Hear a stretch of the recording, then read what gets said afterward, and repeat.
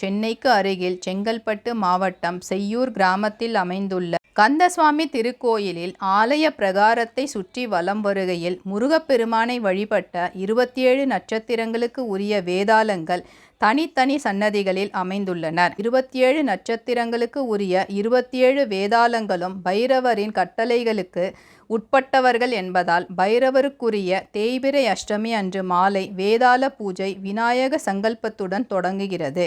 பிறகு 5 மணிக்கு ஒவ்வொரு நட்சத்திர வேதாளத்திற்கும் செவ்வரளி பூக்களால் பூஜையும், மாலை 7 மணிக்கு மூலவர் அபிஷேகமும், இரவு 8 மணிக்கு பைரவருக்கு அஷ்ட புஷ்பார்ச்சனையும் நடைபெறுகின்றது. 27 நட்சத்திரக்காரர்களும் இந்த பூஜையில் கலந்து கொண்டு தங்களுக்கு உரிய நட்சத்திர வேதாளத்தையும் பைரவரையும் வழிபட்டு அதன் பிறகு கந்தசுவாமியை மனமுருகி வழிபட்டால் அவர்களின் வேதனைகள் மறைந்து அவர்களின் விருப்பங்கள் நிறைவேறும் என்பது ஐதீகம்.